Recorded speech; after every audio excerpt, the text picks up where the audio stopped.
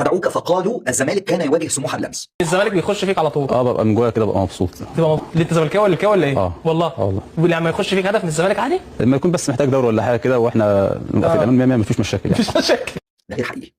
انا كنت عندي شكوك في ده، هذه الشكوك تاكدت طوال المباراه واصبحت يقين مع لقطه احمد ميهوب في نهايه المباراه. انا كان نادي الزمالك بييجوا يعرضوا علينا فلوس ان انتوا تكسبوا عشان يعني الزمالك كان بيعرض عليك انك انت تكسب. على تكسب الاهلي مثلا على سبيل المثال يلا مثلا اكسبوا المباراه دي واحنا هنعمل لكم مثلا احتفال كذا، اكسبوا المباراه واحنا هنديكم هدايا كذا. دي اللي كانت بتحصل.